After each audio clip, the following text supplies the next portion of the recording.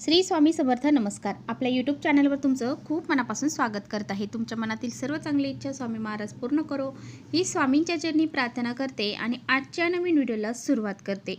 तर पहा, आज वार आहे सोमवार, दिनांक आहे 1 डिसेंबर आणि आज आलेली आहे मोक्षदा एकादशी. तर पहा, प्रत्येक महिन्यामध्ये एकादशी ह्या 2 येत असतात, परंतु प्रत्येक एकादशीचं महत्त्व हे वेगवेगळं असतं.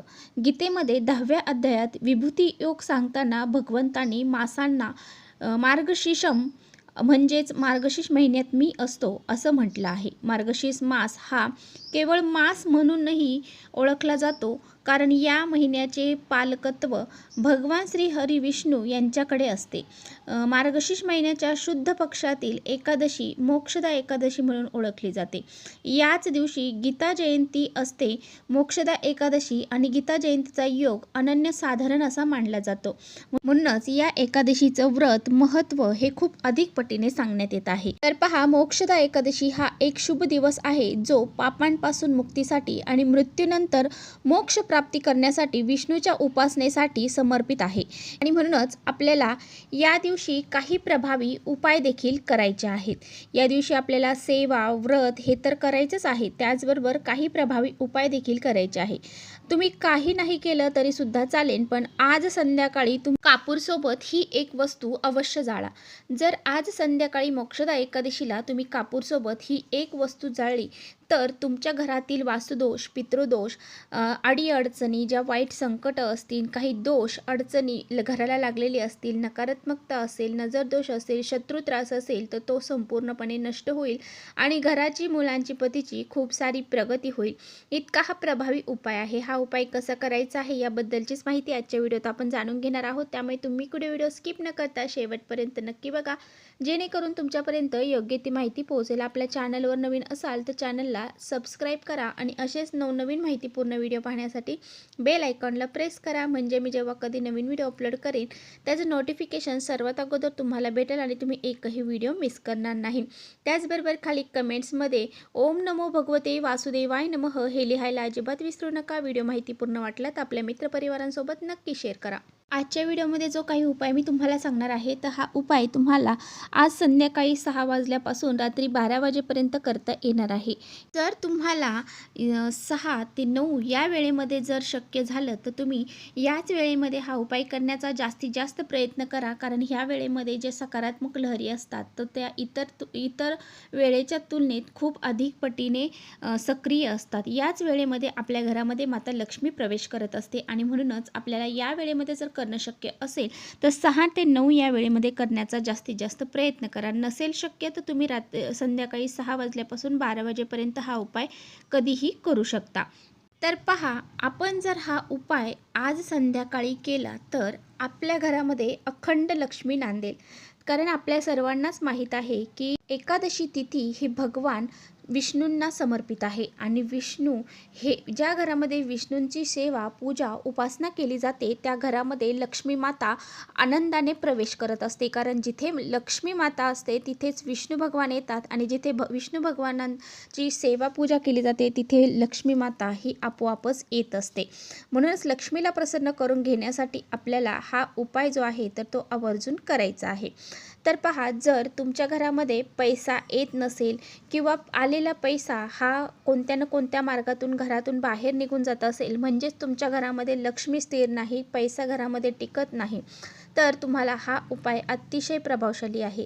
त्याचबरोबर जर तुमच्या मनासारख्या कोणतीही गोष्ट घडत नसेल, म्हणजेच तुम्ही खूप कष्ट, मेहनत करत आहात, परंतु तुमच्या कष्टाला, मेहनतीला नशिबाची साथ मिळत नसेल, योग्य तो मोबदला प्राप्त होत नसेल, त्याचबरोबर कोणतंही महत्त्वाचं काम करायला गेलात की त्यामध्ये तुम्हाला अपयश येत असेल, त्याचबरोबर तुम्हाला असं वाटत आहे की घरामध्ये सतत वाद, विवाद, क्लेश, कलह यासारख्या गोष्टी घडत आहे, घरामधलं वातावरण हे अशुद्ध अशुद्ध झालेलं आहे, म्हणजेच घरामध्ये खूप प्रमाणामध्ये नकारात्मकता पसरलेली आहे, वास्तुदोष लागलेला असेल, पितृदोष लागलेला असेल, तर ह्या सर्व दोष दूर होण्यासाठी हा उपाय अतिशय महत्त्वाचा आहे.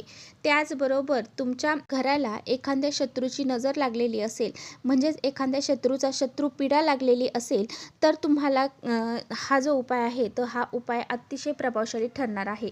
कारण हा जर उपाय आपण केला, कारण आपल्या आसपास असे काही जळाऊ प्रवृत्तीचे लोक राहतात, जेणेकरून त्यांना आपली प्रगती झालेली देखवत नाही आणि असे जळाऊ प्रवृत्तीचे लोक जे असतात तर ते आपल्या प्रगतीवर जळतात आणि आपल्याला यश मिळावं नाही, आपली प्रगती होऊ नये यासाठी खूप प्रयत्न करत असतात आणि त्यांचे दोष आपल्याला लागतात. म्हणूनच आपल्याला अशा शत्रूंचा नाश होण्यासाठी सुद्धा हा उपाय अतिशय प्रभावशाली आहे.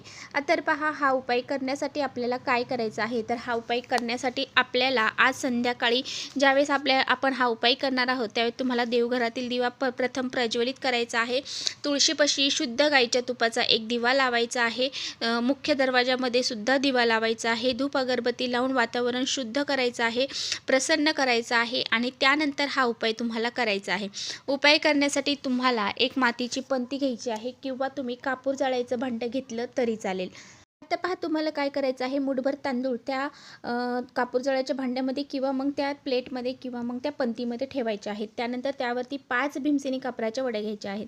भीमसेनी कापूर नसेल साधा घेतला तरी चालेल. त्यानंतर त्यावरती तुम्हाला 1 ते 2 थेंब हे शुद्ध गाईचं तूप टाकायचं आहे. नसेल तर काही नाही टाकलं तरी हरकत नाही.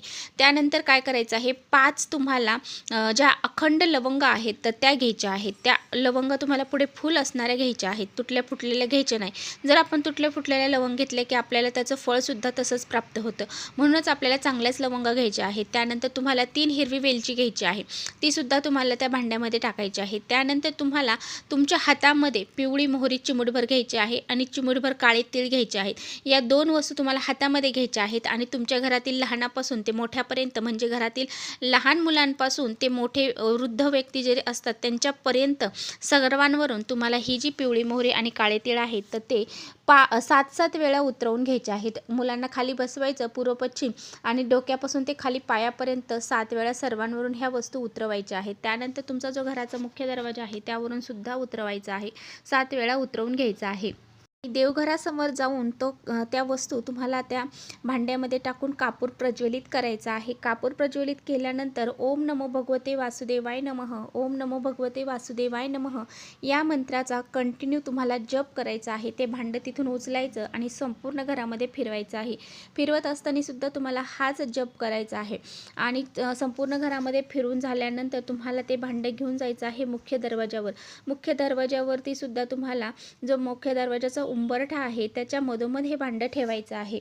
पहा, तुम्हाला काय करायचं आहे, ते वस्तू ज्या आहेत त्या शांत झाल्याच्या नंतर त्यामधले जे काही साहित्य असेल तर ते तुम्हाला निर्माल्यामध्ये किंवा मग एखाद्या मोठ्या झाडाखाली नेऊन टाकायचं आहे.